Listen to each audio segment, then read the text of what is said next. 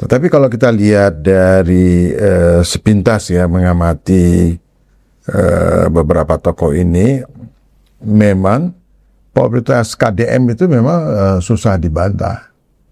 Jadi popularitas, elektabilitas ditentukan juga oleh isi tasnya. Itu transaksi.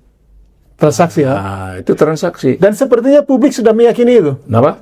Bahwa ini bukan isapan jempol. Nah, jadi inilah yang harus ya kita kritisi, ya kan? Bagaimana akibatnya rakyat yang memilih karena transaksi, akhirnya orang yang terpilih itu dia merasa kau sudah aku bayar, kau sudah aku bayar, kau sudah aku beli, ya kan? Udah jangan tuntut-tuntut lagi.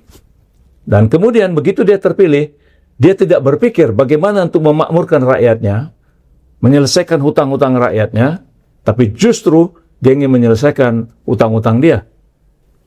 Kayaknya kita harus tidak boleh amnesia politik bahwa kita pernah memilih pemimpin yang populer atau tidak.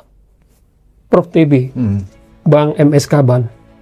Jujur kita katakan, kita pernah memilih pemimpin dengan berbasis kepada survei. Kalau begitu, masihkah kita bangga bernegara kalau memilih pemimpin berdasarkan survei?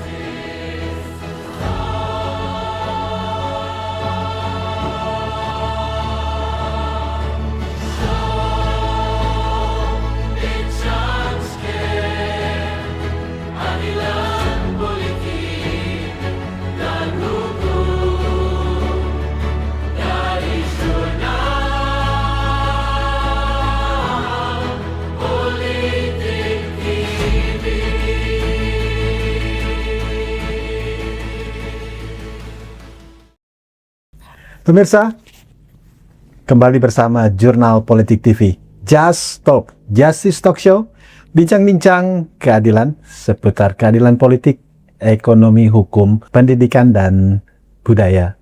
Dalam sepekan terakhir, di awal Agustus ini, publik dikejutkan hasil survei SMRC yang menarik dari data-data yang disampaikan.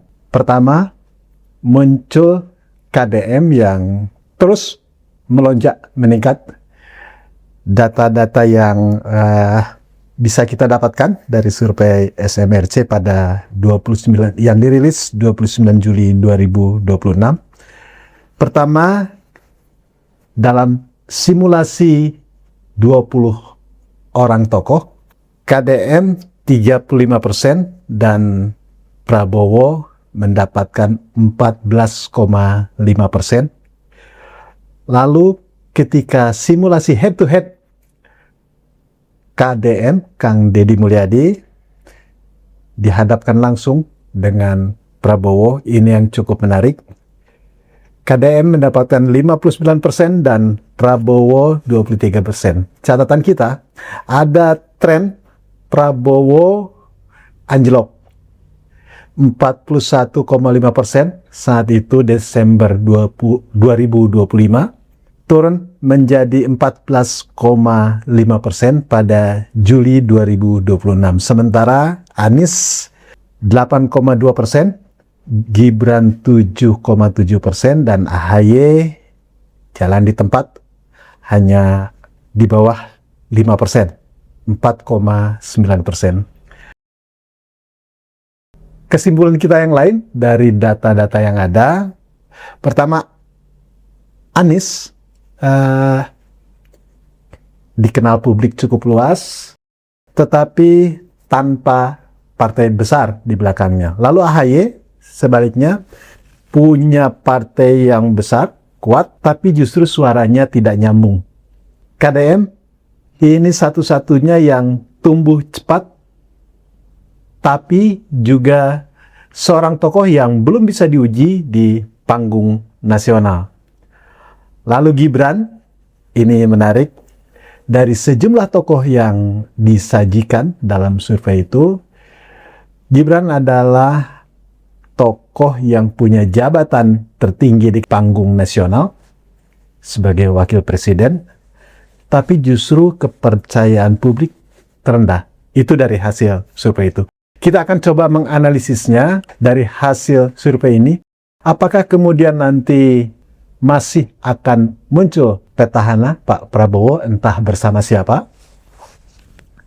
Atau justru Pak Prabowo tidak lagi muncul, dan ini yang akan menarik, siapa setelah Pak Prabowo. Kita hadirkan pakar ilmu politik kita, Asosiat Profesor Dr. TB Masa Jafar, politisi senior yang juga Wakil Ketua Majelis Syuro Partai Umat, Bang Kaban. Lalu ada founder Masyarakat Konstitusi Indonesia, Muhammad Joni SHMH. Kita ingin ke Pak TB dulu ini. Prof, membaca fenomena ini, kira-kira ini, benarkah KDM kemungkinan akan berhadapan-hadapan dengan Pak Prabowo? Menurut analisis Anda seperti apa nih? Ini KDM muncul ini, ada beberapa pihak menyebut ini bukan semata-mata KDM ini hebat luar biasa, tapi sekedar kebetulan saja ini berada di pintu yang paling dekat saat Pak Prabowo popularitasnya anjlok, menurun. Banyak protes masyarakat, kasus korupsi di sekeliling beliau, dan seterusnya. Menurut Anda, apakah benar KDM akan bisa berhadapan-hadapan, atau justru KDM dan Pak Prabowo nggak akan muncul nih di 2029? Ya, terima kasih Bung Adi, Pak Dr. M. Skabar, Pak Muhammad Joni. Yang pertama,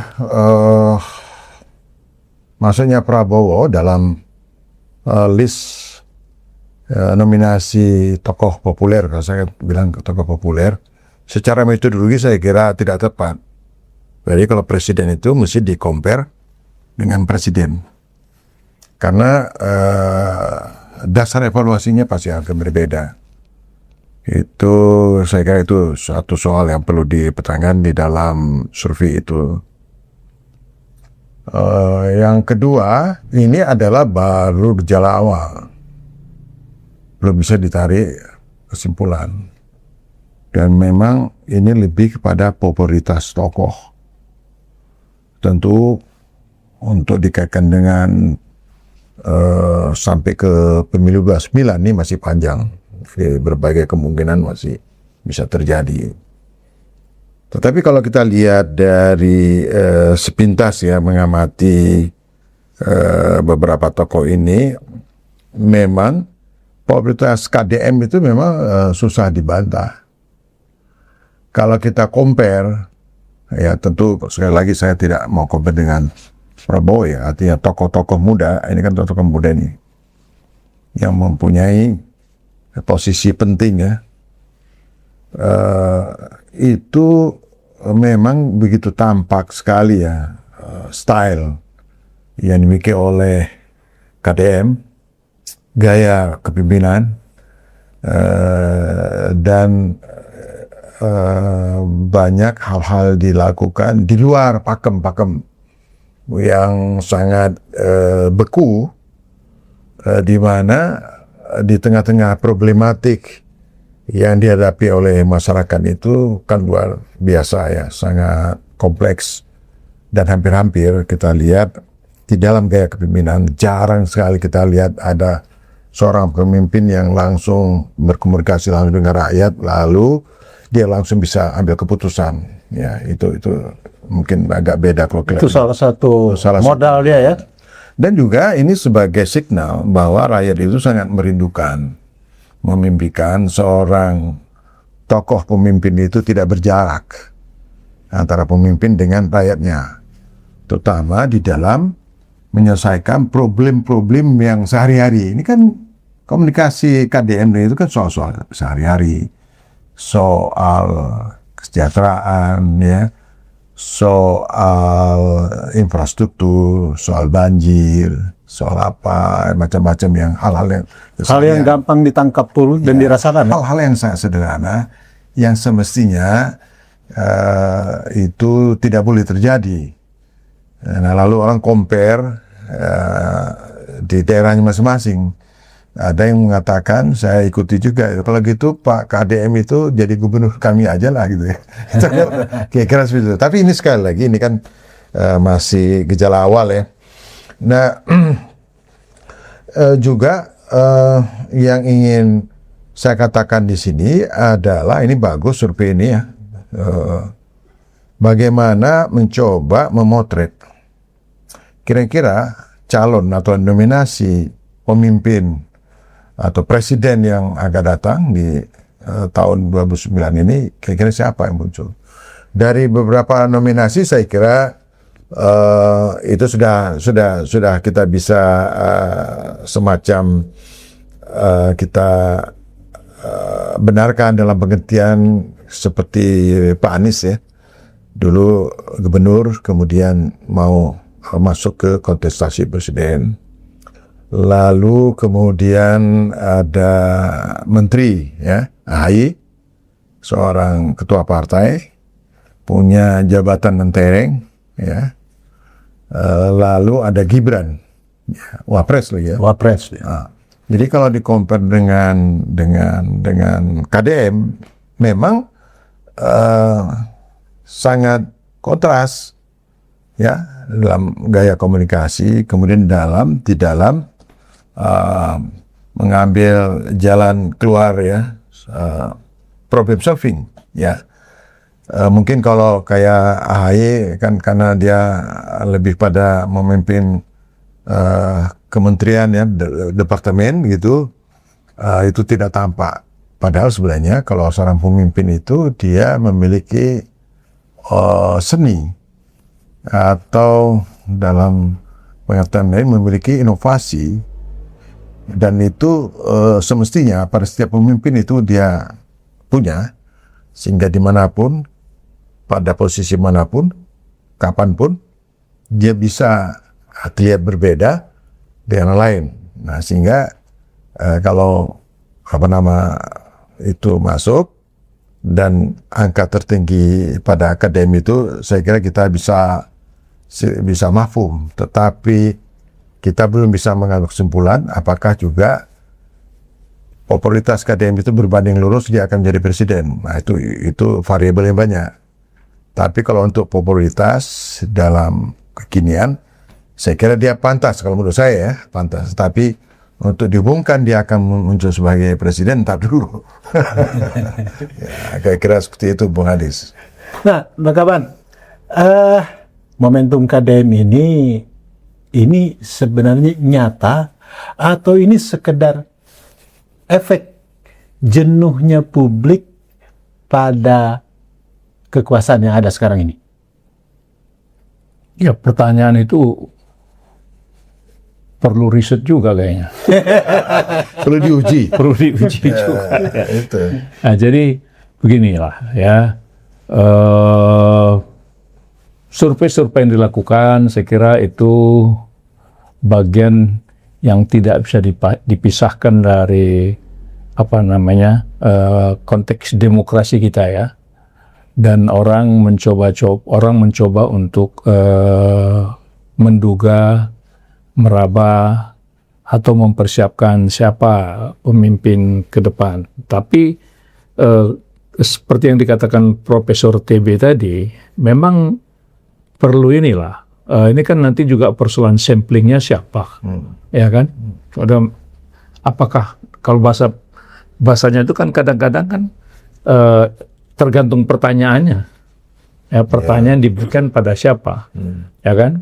Kemudian itu nanti persoalan teknis atau metodologi lah, gitu kan. Nah, tapi ini kan metodologi ilmiah, Pak Kaban. Oh iya, semua ilmiah. Ya, tapi masih bisa diperdebatkan. Ya, semua metodologi survei, riset itu semua kan ilmiah, gitu kan. Nah, tapi ketika tadi bahasa Pak Profesor TB, ya kan, membandingkan itu kan harus apple to apple, ya kan? Nah, popularitas seorang presiden dengan popularitas seorang gubernur itu kan juga bisa jadi pertanyaan-pertanyaan. Kemudian lapisan masyarakat mana saja, gitu kan? Misalnya kalangan mahasiswa, bagaimana tanggapan kalangan mahasiswa? Kemudian kalangan mak-mak misalnya kan, itu kan bisa gitu kan. Kemudian di daerah mana? Apakah hanya Pulau Jawa atau di mana, itu kan banyak perdebatan lah gitu kan. Tapi memang kita harus objektif juga gitu ya.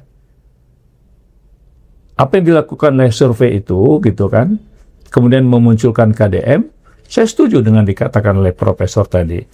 Memang KDM ini sebagai seorang gubernur, dia memiliki cara bagaimana bisa dekat dengan masyarakat dan menyelesaikan masalah-masalah masyarakat secara tepat, ya kan, cepat, akurat, sehingga masyarakat merasa masalah yang dihadapinya selesai. Apa pemerintahan Prabowo Gibran tidak? Loh, di situ tadi harus kita bedakan, karena ketika presiden, dia kan memiliki satu program kebijakan yang bersifat nasional, gitu loh, ya kan?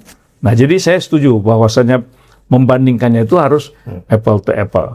Tapi munculnya nama KDM, saya pikir kita harus senang-senang aja, ya. Harus, karena ada anak bangsa, ya, yang dimunculkan.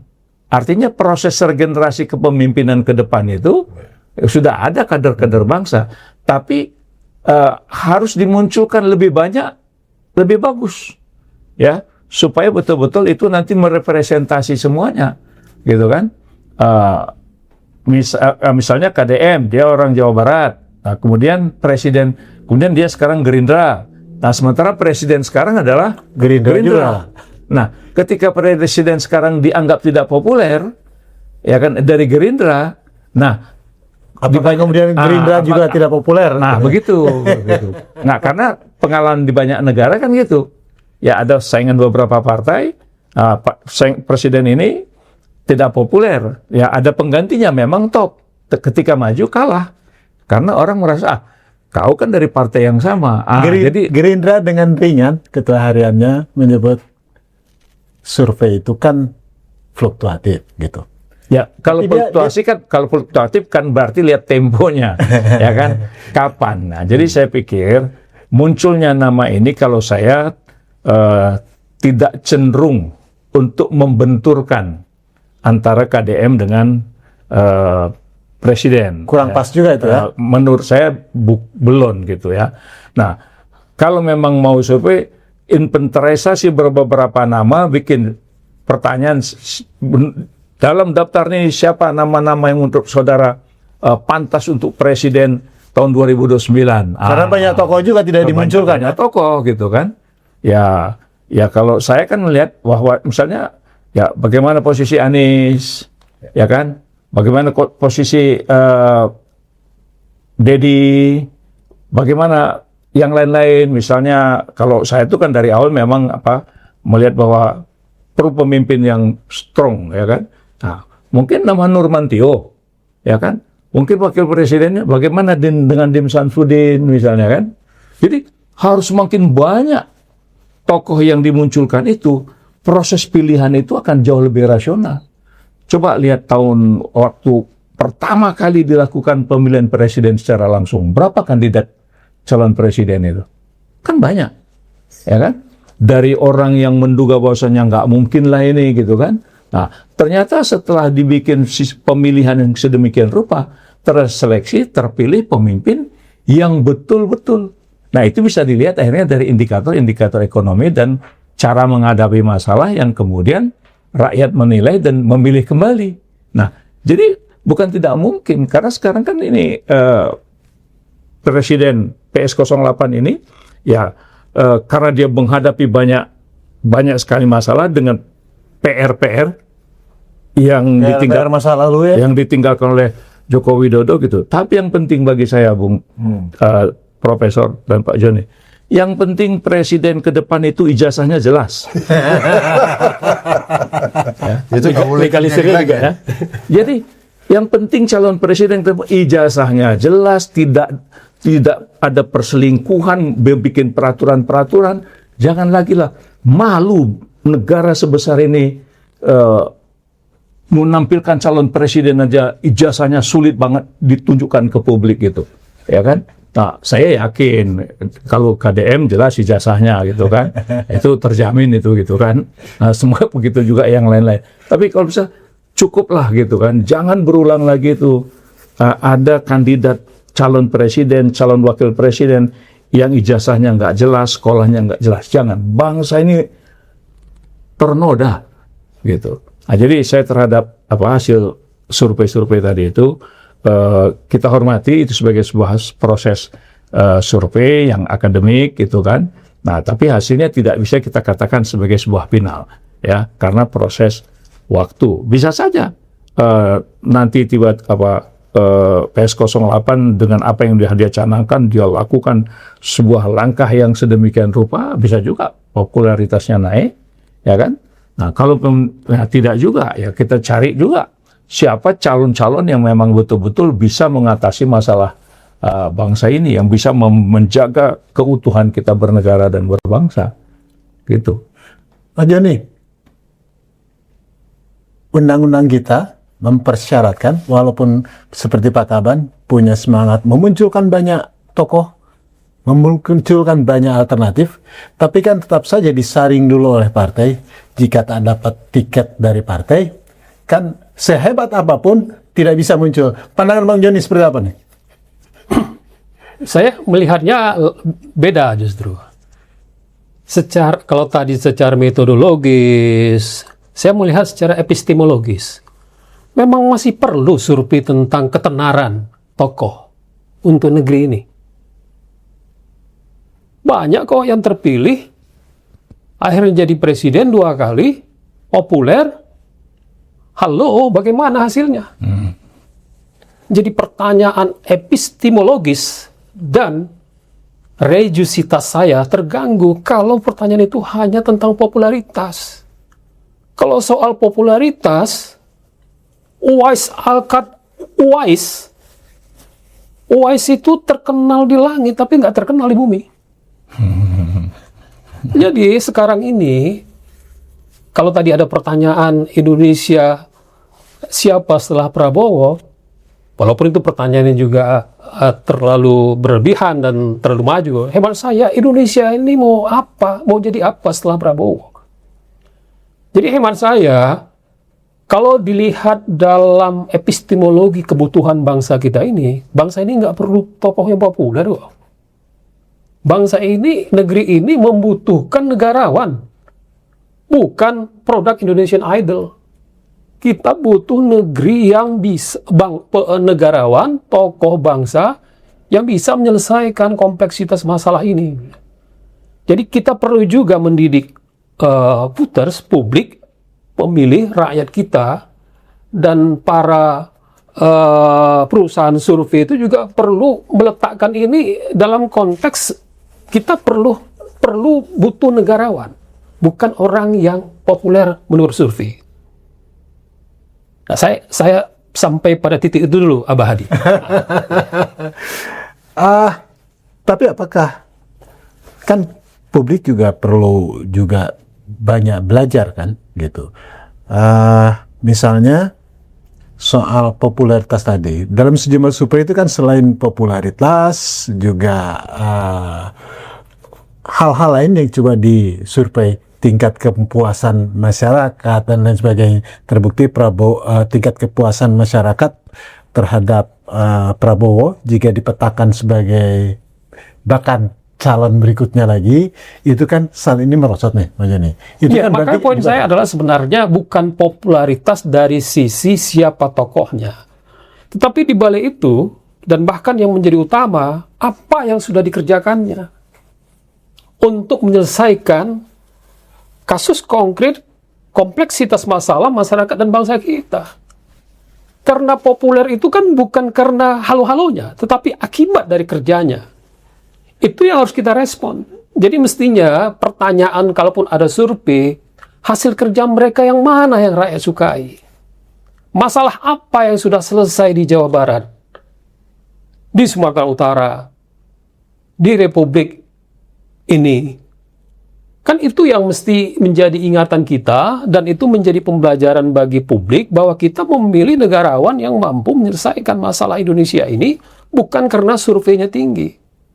Karena banyak tokoh yang hasil surveinya tinggi, tetapi kewalahan juga kan menghadapi tantangan hidup bangsa kita, menghadapi perubahan politik yang sistem politik yang seperti sekarang ini dia tidak bisa atasi atau tidak bisa keluar dari dilema-dilema dan sekat-sekatnya, katup-katupnya.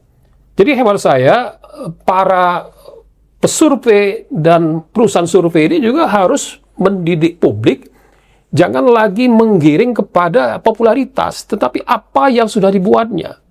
Seperti Wais Al-Qarni, seperti popularitas Nabi Muhammad yang dikenal sebagai Al-Amin, itu kan karena perbuatannya, bukan karena dia menonjolkan mukanya.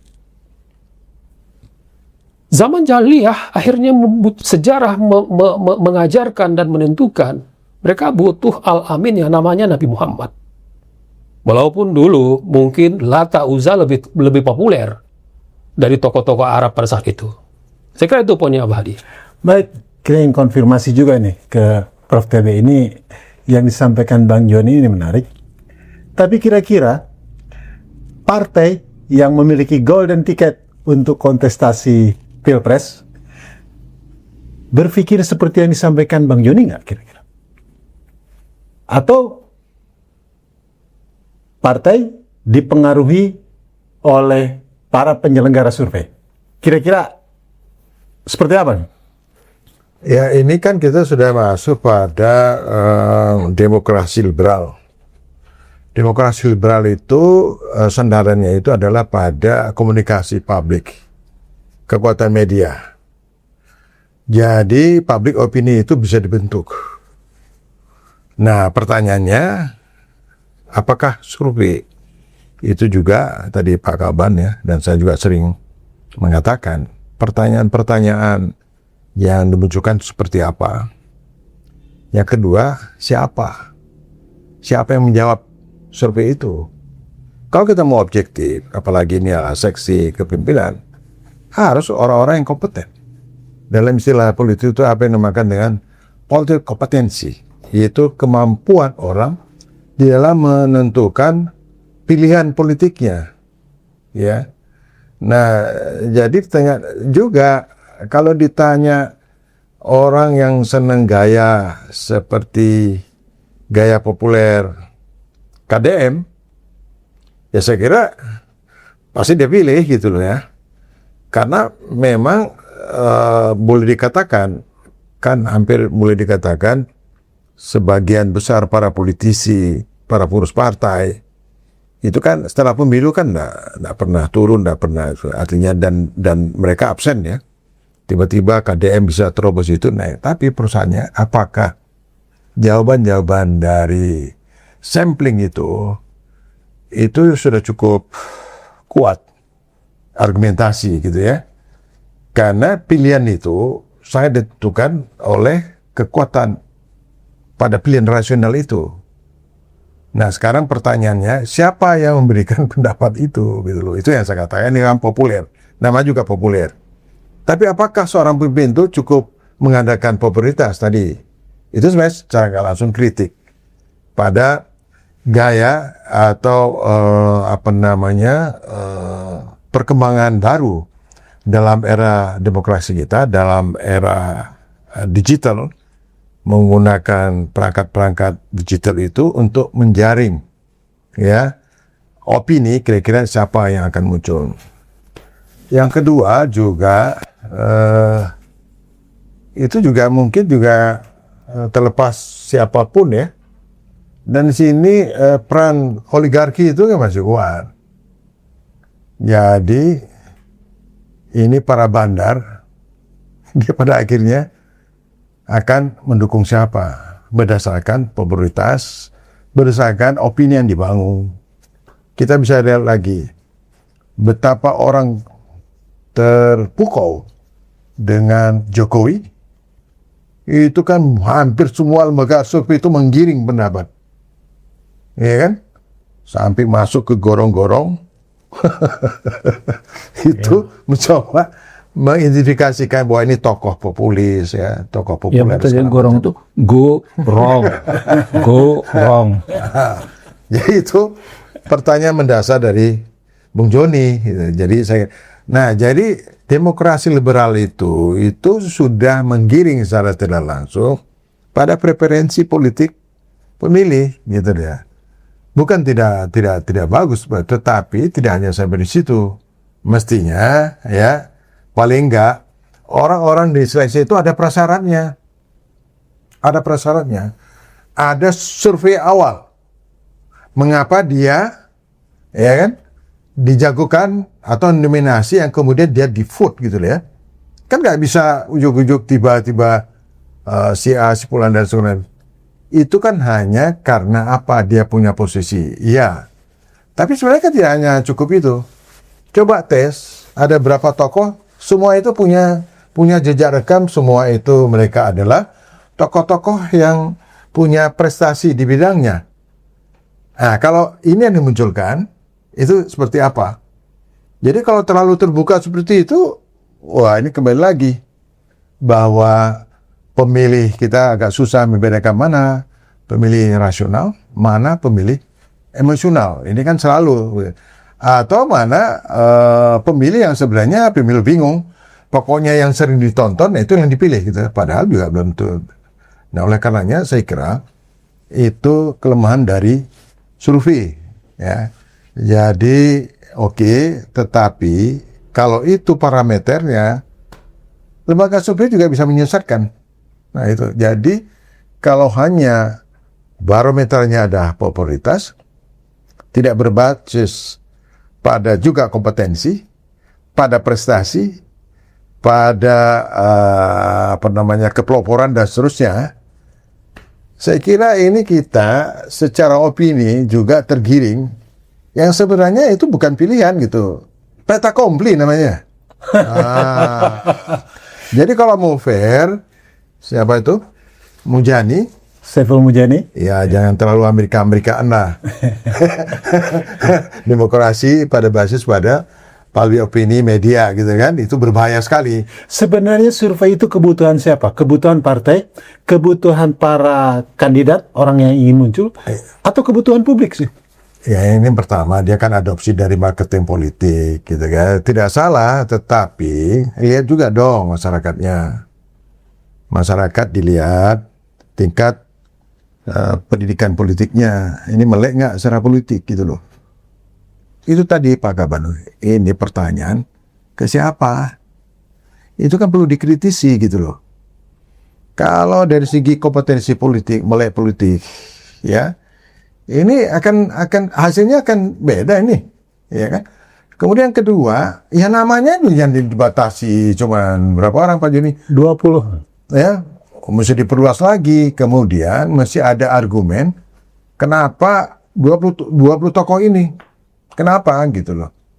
Nah, itu yang saya kira perlu dilihat lagi, dievaluasi lagi gitu loh.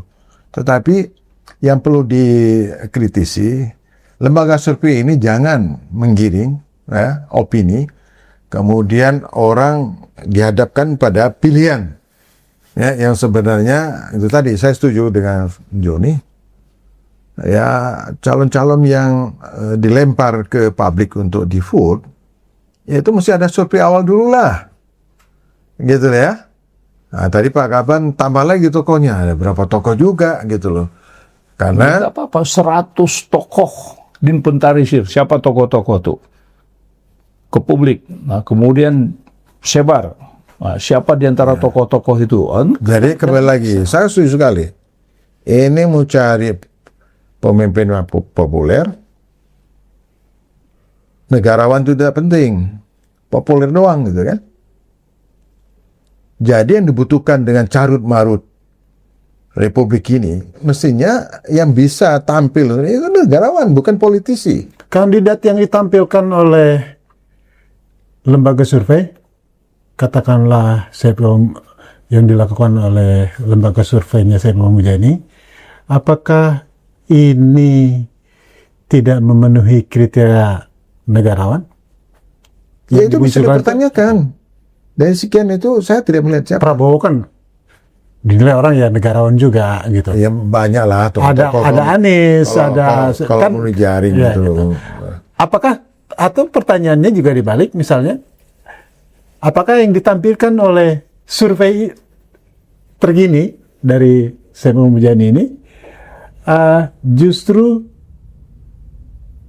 sama sekali di luar harapan publik? Loh, kita bilang di luar harapan publik itu juga ada dasarnya gitu. Apa gitu loh. Ya artinya ini memang harus diperdebatkan terus. Karena berisiko kita udah punya pengalaman loh dengan pemilihan kemarin itu ya. 2 periode yang lalu Pak Jokowi ya. Hampir semua para pendukungnya tuh balik kanan itu. Padahal juga sebagian kaum intelektual, orang-orang pintar tuh. Artinya apa? Karena hanya mengandalkan pada popularitas. Kemudian jejak rekamnya itu kan bisa dilihat, bisa dievaluasi. Ya, bagaimana dia menjalankan pada sebuah amanah, tugas, entah dia bupati, entah dia gubernur, selesai nggak? Ini seperti DKI kemarin. Pak Jokowi hanya 2 tahun. Lalu melompat. Loh, ini gubernur DKI aja nggak teruji kok. Nah, lalu kalau kita coba bandingkan dengan Anies, ya, kalau dibandingkan dengan Anies, maka jawabannya yang lain. Anies itu mungkin ya lebih pantas masuk ke dalam bursa pilpres gitu, karena dia memiliki satu jejak rekam kinerja yang sangat terukur dan itu diakui gitu oleh beberapa pihak ya. Nah, kira-kira seperti itu. Nah, jadi kembali saya selalu menggarisbawahi, jangan kemudian kita giring orang yang tampil presiden hanya mengandalkan popularitas. Itu sangat berbahaya. Tapi kan yang pertama terpengaruh Pak Kaban, itu kan partai politik loh. Kan kalau nggak sehebat apapun hasil survei, kalau tidak diberikan tiket oleh partai politik, kan nggak muncul juga. Kira-kira gimana Pak Kaban? Iya, itu salah satu cara mengusung. Ya, jadi presiden itu atau calon presiden itu, gubernur itu atau calon gubernur itu diusung oleh partai politik. Itu saya kira itu standar persyaratannya, gitu kan. Tapi saya kembali kepada apa yang tadi sudah saya nyatakan gitu ya, bahwa orang yang diusung dengan popularitas itu tadi, ya, yang sedemikian rupa dibuat sehingga orang terhipnotis, ya, tapi kemudian dia dibandingkan tidak apple to apple, resikonya. Nah, begitu juga pengalaman, bagaimana luar biasanya Joko Widodo itu ya dianggap sedemikian rupa bisa bikin SMK, ternyata gaib. Hah? Ya, ternyata mobilnya gaib. Ya, itu dibawa jadi diekspos seakan-akan ini adalah sebuah karya. Nah, ternyata tidak ada. Ini kira-kira opini yang dibangun para survei-survei itu berdosa nggak tuh? Bukan hanya berdosa, ini namanya pembohongan publik. Nah, itulah. Nah, apa kita mau mengulangi itu lagi? Gimana lembaga survei memberi kontribusi? Pertanggungjawaban moralnya itu loh. Pembohongan publik. Dibuat sedemikian rupa. Nah, jadi tadi saya mengatakan bahwa saya setuju dengan apa disampaikan oleh Profesor. Ya, bagaimana orang itu ditampilkan, tapi harus selevel, gitu ya. Jangan seperti membenturkan. Kemudian kan bisa ditanya ke publik, saudara memilih ini karena partainya kah? Kan bisa bervariasi kan gitu kan. Nah, tadi katakan ini presidennya Gerindra, ya. Nah, lalu yang maju calon Gerindra lagi. Apakah masyarakat tidak punya pertimbangan-pertimbangan? Nah, jadi menurut saya survei ini oke, itu sebagai sebuah sebuah instrumen untuk melatih orang berpikir, ya, untuk ya paling tidak ada berita gitu kan. Nah, tapi kita kan harus juga berjaga-jaga bagaimana bangsa ini memang harus mendapatkan pemimpin yang betul-betul dipahami oleh masyarakat, terseleksi betul-betul, bukan karena penggiringan-penggiringan opini yang akibatnya semacam ya hipnotis, ya kan, manipulasi. Nah, yang ngeri lagi kan transaksi kan gitu kan. Kemudian survei dalam rangka dia udah disurvei bagus, ya kan. Kalau bisa aku yang survei lagi lah. Nah, gitu kan. Nah, jadi jangan gitu. Jadi kita harus melihat siapapun setelah Prabowo, yang penting dia adalah orang yang mampu ya memimpin bangsa ini, menyelesaikan masalah-masalah yang ada, dan juga ya rakyat memang betul-betul paham yang dia pilih gitu. Dan kita kan juga bukan tidak mungkin dengan cara-cara yang ada sekarang ini apakah masih mau dilanjutkan ya. Hanya bertitik tolak popularitas. Berapa banyak anggota-anggota parlemen yang populer, tapi apa yang dia buat di parlemen? Populer semua. Populer. Artis populer nggak? Artis. Itulah itu. Ya, berapa banyak yang masuk di parlemen populer, ya, tapi sebagai member of parliament, apa kontribusi dia terhadap daerah? Ya, apa kontribusi dia terhadap bagaimana fiskal yang dibagikan atau pendapatan yang dibagikan ke daerah? Ada nggak suaranya? Bagaimana kondisi? Nah, itu nanti kan panjang ceritanya. Jadi saya pikir bahwa nama yang dimunculkan ini, ya saya pikir itu sah-sah saja gitu kan. Tapi membenturkan terhadap presiden yang sedang bertugas, ya kurang pas juga gitu menurut saya. Tapi terserah publik lah untuk memberikan penilaian itu ya. Ataupun nanti kan kadang-kadang di kita ini kan ada survei gini, bikin lagi survei ya apakah saudara-saudara setuju dengan MBG ya kan, disurvei di orang yang kebagian MBG. Apa jawabnya? Surga ya Wak, katanya. Dari 100 orang yang disurvei, 98 mengatakan bagus ini. Keluarlah kesimpulan bahwa ternyata ya kan masyarakat itu 98% mendukung presiden. Apa begitu? Kan bisa. Ada anekdot di seputar survei ini. Jadi bukan soal seperti disampaikan Don Yunite, jadi ya epistemologisnya dulu lah. Dia harus negarawan, harus begini, harus begini. Tapi kan ada 3 hal yang berkembang menyangkut soal survei. Pertama, popularitas, keterkenalan, lalu elektabilitas, keterpilihan yang diukur oleh lembaga survei itu. Tapi ada satu lagi, menurut anekdot publik, isi tas. Jadi popularitas, elektabilitas ditentukan juga oleh isi tasnya. Itu transaksi. Transaksi ya. Itu transaksi. Dan sepertinya publik sudah meyakini itu. Kenapa? Bahwa ini bukan isapan jempol. Nah, jadi inilah yang harus ya kita kritisi, ya kan? Bagaimana akibatnya rakyat yang memilih karena transaksi, akhirnya orang yang terpilih itu dia merasa kau sudah aku bayar, kau sudah aku bayar, kau sudah aku beli, ya kan? Udah jangan tuntut-tuntut lagi. Dan kemudian begitu dia terpilih, dia tidak berpikir bagaimana untuk memakmurkan rakyatnya, menyelesaikan hutang-hutang rakyatnya, tapi justru dia ingin menyelesaikan hutang-hutang dia. Jadi kita harus belajar dari proses waktu selama 10 tahun terakhir ini, bahwa pemilu kita harus melahirkan pemimpin yang betul-betul gitu ya.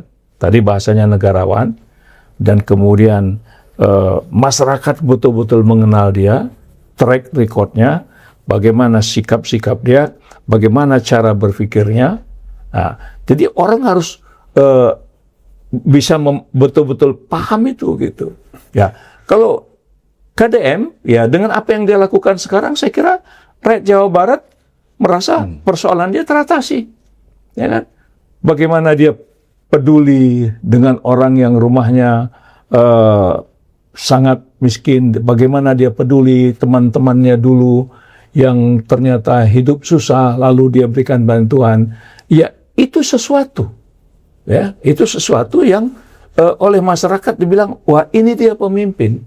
Nah, tapi ketika lihat persoalan Jawa Barat secara utuh, nah ini kan belum.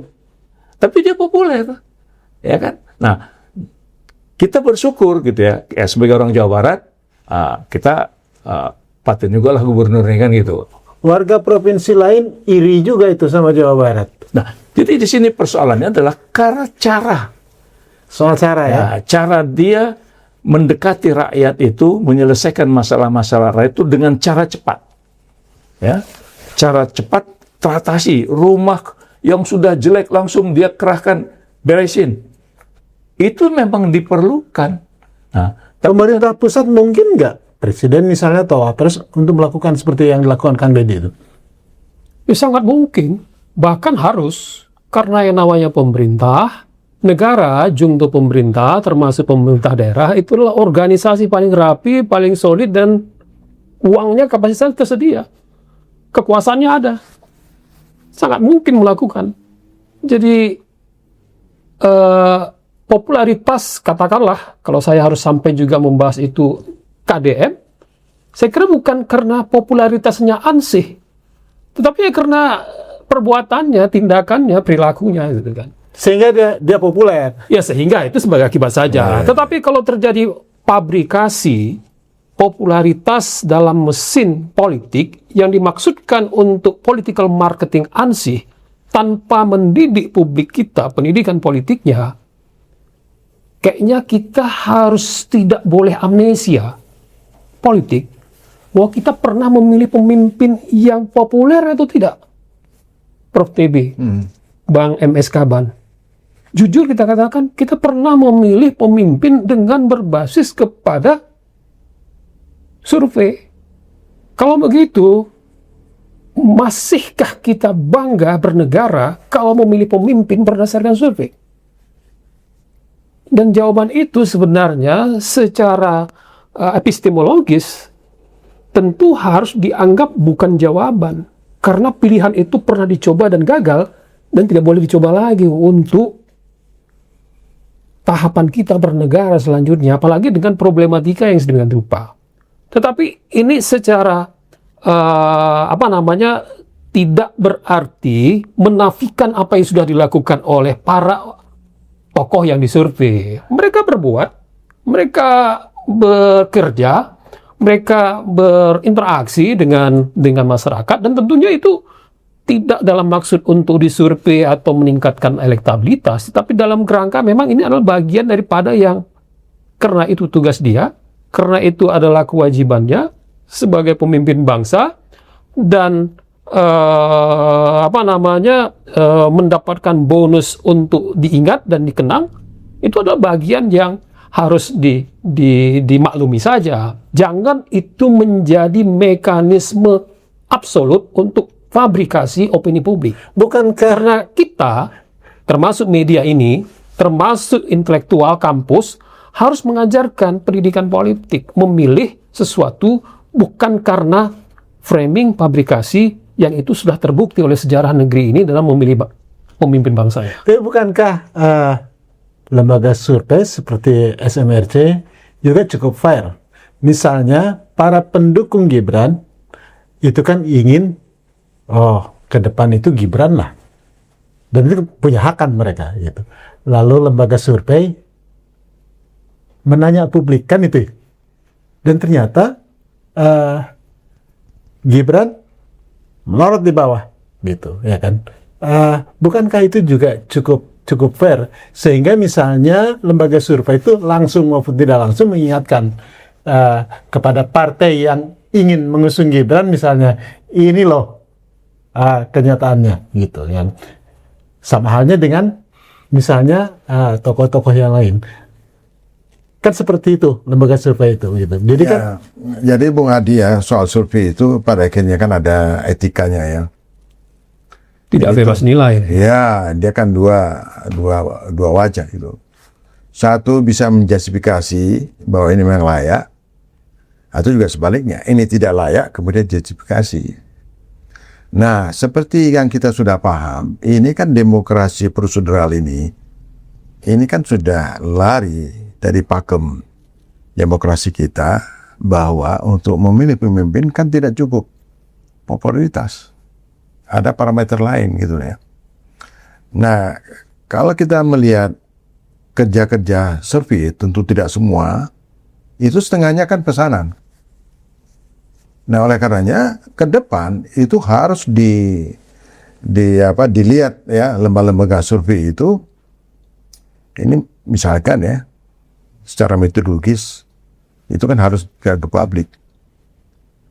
Samplingnya dan seterusnya, pertanyaan dan seterusnya itu kan harus dibuka. Yang lebih penting adalah dana sponsor dari mana. Sebagian kan nggak dibuka itu. Jadi kalau indikasi itu cukup kuat, maka kita juga bisa menilai bahwa lembaga survei itu bagian dari strategi politik untuk pemenangan atau berdasarkan pesanan dari pihak sponsor gitu loh.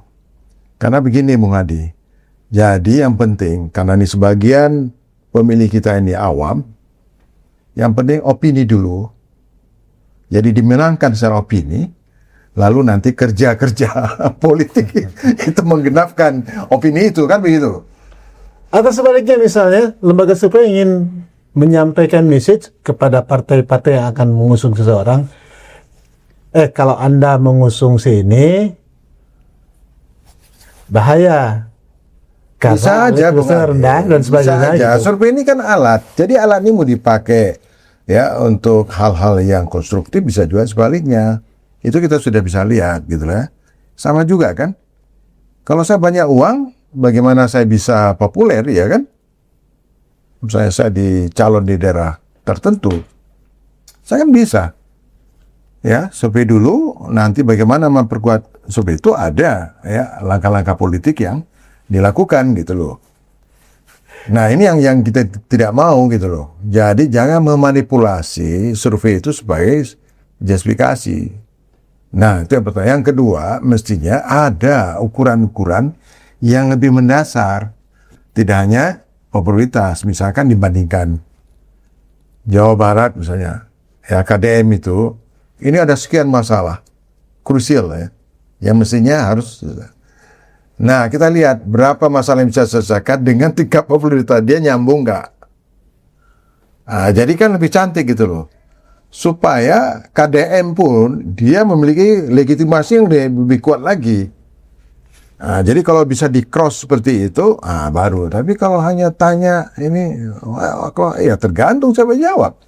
Ya kan, sejauh mana dia intensitas mengikuti, kemudian sejauh mana dia kritis.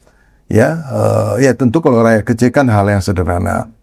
Tetapi kan ada hal-hal yang mendasar yang menyangkut jangka panjang, yang barangkali tidak disentuh oleh seorang kandidat, tetapi karena dia pandai memainkan media, ya digital, di era demokrasi digital itu, maka dia bisa merebut public opini, gitu ya.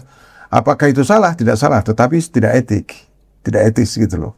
Jadi ada manipulasi. Nah, ini yang kita perkecilkan, kita waspadai gitu, agar kalau dia memang brilian, ya, dia pasti muncul sebagai brilian gitu loh, bukan imitasi gitu loh. Kalau Bung Deddy sudah cukup populer, ya bisa juga kita lihat gitu kan, dengan masalah dan kemudian yang dia selesai di bawah. Soal popularitas, Anies juga populer, Gibran juga populer, tapi yang diukur oleh SMRC adalah elektabilitasnya, keterpilihannya, gitu loh. Ini menarik karena sebut saja ada 4 tokoh, ada Mas Anies, ada AHY, ada KDM, dan ada Gibran. Kita tidak ingin membandingkannya dengan Pak Prabowo karena soal etis tadi, ya. Ini menarik. Dari hasil yang dipaparkan itu, kalau soal dikenal atau tidaknya, Anies cukup dikenal, saudara, mantan calon presiden, ya kan. Tapi dia tidak punya partai yang besar. Artinya masih kemungkinannya banyak lah. Lalu AHY sebaliknya, punya partai yang kuat, punya partai yang besar, tapi tidak sebanding dengan elektabilitas yang dicapai untuk sementara ini untuk ukuran bulan Juli. Lalu KDR ini satu-satunya yang unik, gitu, ya kan? Dia terus tumbuh, ya kan? Lalu Gibran ini posisinya tertinggi, tapi kepercayaan publik karena ada pertanyaan juga menyangkut soal tingkat kepercayaan apa segala macam bla bla bla gitu, ya kan? Anda membacanya ini kira-kira yang disampaikan, yang dirilis oleh SMRC ini real atau sama nggak kira-kira dengan rata-rata pandangan publik dari gejala-gejala politik yang ada lah misalnya? Oh ya kan, kalau itu kan saya katakan kalau KDM itu terkonfirmasi, ya kan, kemampuan dia berkomunikasi dengan masyarakat itu, kalau kita lihat dia memang punya kapasitas itu tidak ada yang meragukan gitu lah. Yang kita persoalkan adalah mesti parameter itu lebih ketat lagi. Tidak hanya melihat tingkat keterpilihan, iya gitu, tapi kan ada tanggung jawab etik lembaga survei ini. Karena secara langsung dia punya kontribusi di dalam membentuk public opinion, menggiring secara tidak langsung ya. Ini kan era post-truth ya. Jadi kalau berulang-ulang itu, ya kan, pasti pilih lah, gitu kan. Nah, di tengah-tengah ya keadaan sosial kita ya, tingkat pendidikan rendah, problem ekonomi segala macam gitu itu. Nah, yang ingin saya katakan ya, lembaga survei ini juga harus punya etika untuk menjaga bahwa hasil survei itu dia juga mengarahkan kepada ada semacam tanggung jawab untuk mendidik masyarakat ya, ada political education di situ, itu sebagai tanggung jawab gitu. Tapi kalau hanya sebatas apalagi ya quote unquote ya, kalau ini pesanan, wah itu berbahaya. Jadi apa yang saya katakan, demokrasi kita ini bukan lagi demokrasi rakyat, tapi sudah masuk kepada demokrasi liberal. Kekuatan itu adalah pada modal. Kekuatan modal itu semua itu bisa ditentukan, mulai isi kepala orang sampai pada tindakan orang gitu. Ini yang sudah bergeser gitu. Nah, ini kewaspadaan yang harus kita sampaikan agar untuk yang akan datang jangan lagi mengulangi ya kesalahan yang sama, dan di mana di situ keterlibatan lembaga survei itu sangat berperan gitu loh. Kembali dari hasil survei SMRC, ada opini-opini liar yang berkembang, misalnya karena mencengangkannya KDM ini tingkat elektabilitasnya bahkan diadu dengan Pak Prabowo, misalnya Pak Prabowo kalah, kemudian muncul opini liar, KDM ini kalaupun dipasangkan dengan di Gibran, lepas dari siapa presiden dan siapa wakil presidennya, pasangan Gibran bersama KDM bisa juga menang. Atau kalau dipasangkan dengan AHY juga begitu, kalau dipasangkan dengan Pak Prabowo menjadi wakilnya akan meningkat lagi. Anda setuju nggak dengan opini-opini liar seperti itu? Enggak lah, ini kan baru gejala awal. Saya tidak percaya itu. Walaupun mungkin angka-angkanya itu diperoleh dari itu, tapi itu masih perlu dipertanyakan secara ilmiah, ya. Saya masih ragu gitu loh. Masih ragu ya? Ya, apalagi kalau dikatakan bahwa Gibran itu akan meningkatkan popularitas dengan siapapun di pasangan. Saya kira itu tidak masuk logik ya. Nggak, Dedi dipasangkan dengan siapapun akan bisa mengangkat pasangannya, gitu lah kira-kira. Ya boleh saja, tetapi kan orang akan Tapi lihat. saya pikir itu penggiringan opini yang menurut saya berbahaya. Ya, jadi saya pikir kita kembali ya terhadap apa yang sudah didiskusikan dari awal tadi, bahwa pemimpin itu dia harus betul-betul dipilih oleh rakyat, bukan karena proses penggiringan.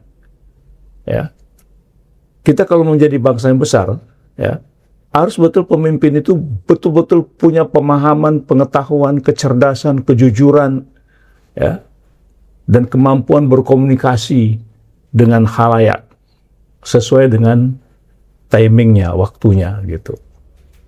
Kalau seperti sekarang, saya takut nanti ya karena terkonsentrasi, elektabilitasnya bagus, lupa dia mengerjakan pekerjaan. Saya kira ini berbahaya gitu ya. Nah, jadi oleh karena itu kalau kita kembali sajalah ya pada ini sebagai sebuah hasil survei, sebagai sebuah informasi, oke, gitu ya. Tapi tidak harus dianggap itu sebagai sebuah absolutely, ya, sebagai pembenaran gitu. Nah, ini nanti bisa apa ya? Tokoh-tokoh bangsa ini cuma itu aja. Apa betul Gibran itu tokoh bangsa? Loh, jadi kriteria yang disebut tokoh bangsa itu tadi apa? Kan jadi gitu, kan jadi nggak bagus. Jadi Pak Kaban, partai juga harus bertanggung jawab. Iya. Ya saya kira dia semua terkait gitu. Jadi jangan nanti partainya mengusung, nah, tapi kemudian gagal, ya kan? Kemudian apa rakyat harus digiring lagi seperti itu? Ya ini yang harus kita jangan mengulangi kesalahan yang sama untuk kedua kalinya, gitu loh. Ya, karena popularitas tidak identik dengan kecerdasan, popularitas tidak identik dengan kejujuran, ya. Dan popularitas itu belum tentu juga ada kemampuan dia.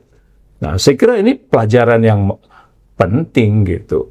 Jadi oleh karena itu sebagai sebuah informasi ya monggo-monggo aja lah gitu kan. Tapi siapa calon-calon pemimpin ke depan itu ya harus dicari dari figur-figur yang memang betul-betul bisa saja tidak populer di awal, tapi karena dia punya gagasan, dia punya keberanian, dan dia mampu meyakinkan, bisa saja. Ya, saya kira itu terbukti kok di pemilihan presiden yang paling pertama. Ya, berapa banyak itu? Ya Pak Mega tuh popularitasnya hebat. Ya malah waktu itu Pak SBY kecil sekali. Nah tapi ternyata ketika bikin dengan catatan ya kan pemilihannya ya rada-rada jujur lah gitu. Jadi jangan seperti yang dikatakan tadi, jangan ini menjadi alat menjustifikasi, berbahaya. Ya, jadi jangan dirusak demokrasi bangsa ini dengan cara-cara yang kita sudah lihat selama 10 tahun terakhir itu, ya orang semua menilai, oh kok begini ya Indonesia gitu.